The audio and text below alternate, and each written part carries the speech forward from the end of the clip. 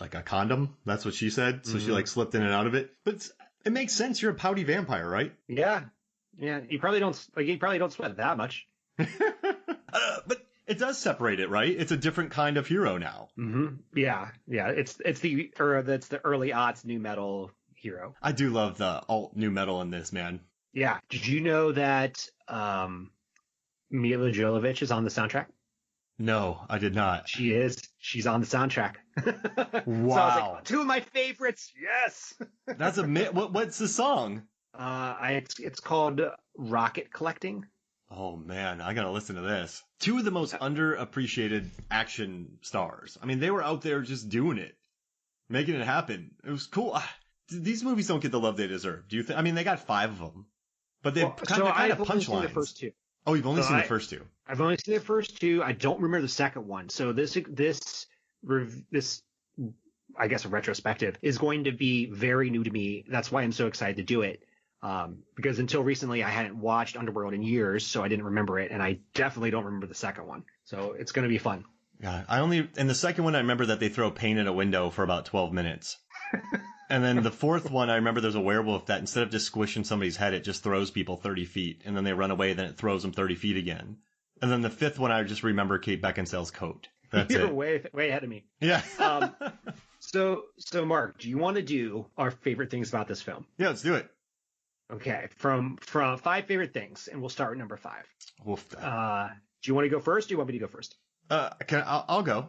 Okay. Oh man, so I'm just gonna say right off the bat, the opening superhero landing. It's good. It's really good. Yeah, it's a great scene. And Kate Beckinsale was talking about it on the commentary, and the way her coat is flapping in the wind, her brother's like, looks like you're farting. And so Kate Beckinsale said that's like her fart pose. She's funny, man. She's hilarious. If you've never listened to her on talk shows or followed her Instagram, she's cheeky, but not like immediately off the bat. You get a real cool practical superhero landing, and I love the way they shot it. There's a whole video on the DVD about how she did it. So yeah, that's it right there. I mean, is that first superhero landing? Well, Blade had one. Can't be the first. Blade had one. Yeah, Blade. Yeah. Okay, my number 5 is the practice range with the statues. So excessive. I don't understand what is going on, but I'm there for it. You know what? Watching it. Go ahead. Oh no, go for it. I was thinking, like, what are they trying to convey with this scene?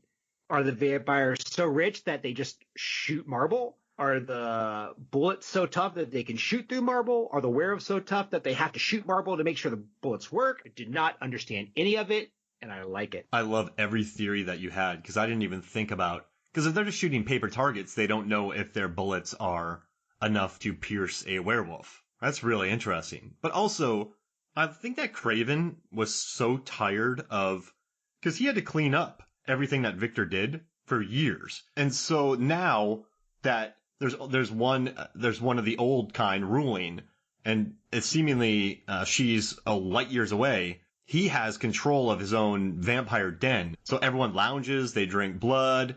I think they're just so excessive. He wears these silky shirts. He just likes to party. And I think he doesn't care about wanton spending of cash. Like, this is Craven enjoying his life after millennia of serving jerks. So he's like, yeah, shoot it. Well, shoot marble statues. Let's do it. Like, let's get a guy on retainer. Could you imagine being the guy's like, I spent 500 hours on this, and Celine's just like, bow, bow, bow, bow, bow. Yeah, it's so ridiculous. And then get ready to spend 500 more. You know, it's I wish during the scenes, because they walk through hallways really coolly. Like, I love all the hallway walking in this movie. Really great walking. That'd be funny if they walked by a shop where it's just 8 people tinkering with marble busts. Just give him a thumbs up. Ready in a week, boss. They put it on a platform that goes up. Wait, they do? Yeah. I must have missed that. There's a whole, like, I'm telling you, there's tinkerers in there that just make marble shooting statues. You mean it's their familiars? So, like, if we make 500 statues, we'll finally get to be a vampire. Yes, there's 18 Renfields in there. Just going crazy. What's your number 4? Okay, so there's a scene where Victor, played by Bill Nighy, is walking into the final battle, and a werewolf runs up on him. This werewolves are just running all over vampires, just wiping them off the face of the earth. Bill Nighy catches it by the throat, breaks its neck. Beautiful. It is pretty cool. My number 4 is that werewolves are tough in this movie. Like, typically when you see a werewolf fight a vampire, the werewolf gets wrecked. But in this, the werewolves are tough. Don't screw with them. They're probably tougher than the vampires. I think they are. I think the average werewolf is tougher, but then there's Victor, who's so old that he can wipe out a werewolf. Like, there's a hierarchy. Yeah. But a random vampire versus, like, a new werewolf versus a new vampire, I think a werewolf wins. Yeah, same, 100%. Yeah. I mean, I guess the problem with that is, like, the werewolf can't change at will, but if it happened during a full moon, the vampire would lose. Yeah. And you just, yeah. Oh, man. I love it. It makes me happy. All right, so am I up? You are. Number 3. Okay, so my number 3 is when Celine just starts spinning in a circle to shoot a hole in the ground, which they copied in Van Helsing. Later on, Van Helsing ripped that off, which makes me laugh. Oh, they did. Yeah. But another movie we covered with Kate Beckinsale. Let's see. Truthbusters. Mythbusters tried to do that, and they couldn't. But they're not Celine and a vampire. But the problem was with that scene, the squibs, they didn't know how far everything would shoot, and so a bunch of stuff got in Kate Beckinsale's eyes, and she tried not to cry to make all the crew think she was a wimp. So yeah, that stuff, she suffered. She was getting pelted in her face with all those ricocheting stuff. I just want to let you. She suffered great. For art. Yeah, she suffered for her art there, but it's cool. Suffered for our entertainment. Yeah. She didn't, I'm telling you, she didn't want to be the woman on the phone in this film. She wanted an action film, and she's definitely not the woman on the phone in this. She got it. I really dug Bill Nighy in this film. Mm-hmm.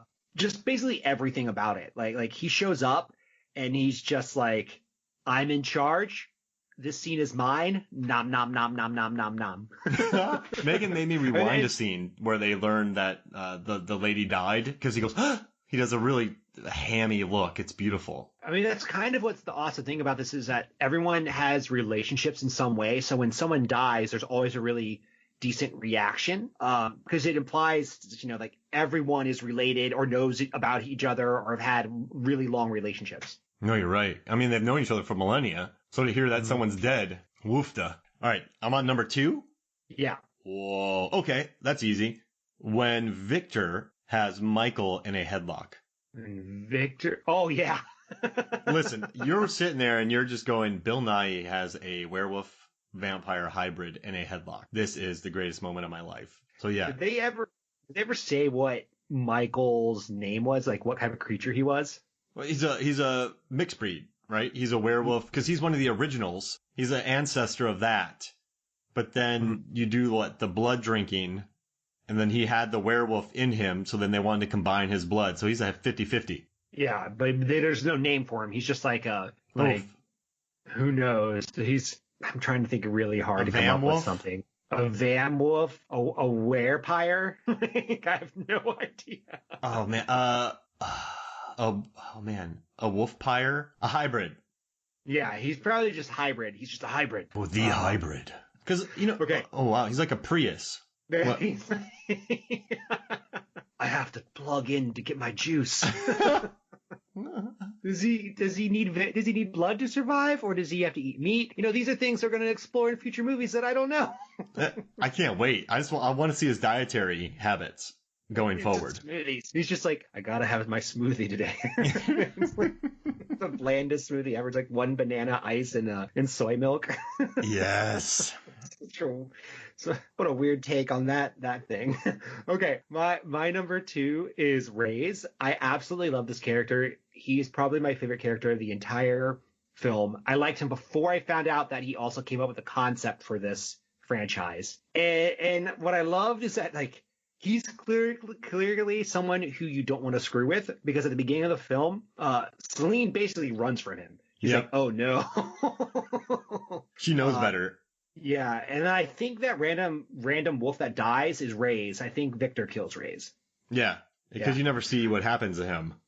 Mm-hmm. Yeah. And then what you do get to see is Silver Whip Dude versus Reyes, and you're like, I don't understand why you have these silver whips. They're probably not very practical, but it's a cool looking scene. It looks great in the trailer. Yeah, it's a beautiful trailer. Like Reyes was just like, oh, you hit me. I guess I'm going to rip your head off now. And then he gets stuck in a rock and then just dies. Yeah, it's so dumb. so tough. I mean, I think that guy knew he was dead, but he's like, I might as well just look super awesome before I die. I mean, if you're going to fight a bunch of werewolves, what weapon do you take? Like, number one's a gun, obviously, but like, what's your secondary weapon, your close combat weapon? Oh, man, that's a great question. What's something I could stab it with when it's biting my head off? You would just wear a spiky helmet. That's it. Spiky helmet. Spiky helmet, they come up, try to take my head. Or what are those? I would have like maybe something Batman with gauntlets, maybe, or something that is on my arm, but like above my fist, there's a silver blade, so I could punch it with a blade, silver. Okay. Because I'm no good. I don't shoot guns much, so I wouldn't have good aim. I would just need something and potentially just stab it with that silver when it comes to murder me. I feel like you'd want some type of spear to keep your distance because you don't want to get in arm's length. Yeah, but once it gets inside that spear, and it's gonna get inside that spear, David, because you and I have no idea how to spear things. That's true. I just would want to punch it, and then it breaks off, and then it sticks in the werewolf and just burns it like heck. And it's like, all right, this isn't worth it. Like that's what I'm going for. If you're going for the, I'm going to annoy you enough that you leave me alone? Yeah, this is going to be inside you burning. You need to leave now to take it out or they die. Right? Okay. Yeah, just a blow dart. Because I like this spear idea, but if it just head fakes you and just goes right in, you're done. That's true. Okay. So you need a close quarters weapon, which is probably not a sword. Maybe a shield with spikes that are silver. Yeah, that would work. That'd be good. What do you think? Okay. I think we're gonna get killed by the werewolf. Yeah. So I don't think we have a choice. This is my goal. When you talk about me later on, and you're saying, yeah, Mark got killed by a werewolf, but he got him good. The werewolf is fine, but if it had been for another 10 minutes, it might not be around anymore. And that thing's 3,000 years old, so it's impressive. Yeah, and the werewolf basically a win. It's basically a win for Mark. And the werewolf actually retrains his entire werewolf crew because, listen, this random person almost got me. We'll put a plaque up for him, and I will always remember him because that was the day I almost died because of this man's ingenuity. And I'll be famous for millennia. They'll call it the Hoffmeyer technique. Just shoot you? Yes, exactly. The Indiana Jones me. I mean, I guess that's kind of the weird thing with guns in this. Like, you want to see vampires and werewolves fight each other like face to face. So when they're doing a bunch of gun battles, you're like, not as interesting as vampires punching werewolves, but it's pretty interesting. Yeah. That's number one, huh? Yeah, number one. I mean, it's got to be for me the iconic visual of Celine just chopping Bill Nighy's head in half with her cool jump and land. I mean, it's just neat. She goes and kills those three guys, and then she just kills Victor, the ultimate, and just woof, wipes him out. It's just neat. Surprise attack! And but what I love is she just has so much agency in this movie, and that's why I love the character. And I know some people help her along the way, like she gets some help from Sophia Myles or Erica, but I just dig it. Like she just goes and chops off his head. She makes a decision, boof, done. I like Scott Speedman. One of the reviews was saying that that's a cheesy and bad special effects, and what is this, 17 years later? And I was like, no, it's still pretty good. It was pretty good when it came out. Like, I don't know what are you talking about? You know what's kind of crazy is sometimes I wish these people would look at the budget, right? And just look at it. Like, look at Crawl's budget. Look at these movies' budgets.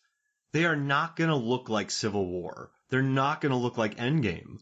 These movies, for what they are, have excellent special effects. Like, it blows my mind that people can't just look at the budget. Now, obviously, if you have a $10 million movie, it shouldn't be all visual effects, because that means all the visual effects will be bad. You got to be smart with it, of course. Yeah. But come on now. Yeah, come on. Well, I mean, we do movie reviews much differently than a lot of people. Yeah, you're I feel right. like we're willing to take a softer approach and the context of when the film comes out and what they're trying to accomplish into consideration. Yeah, a lot of people don't do that. They just hammer out reviews.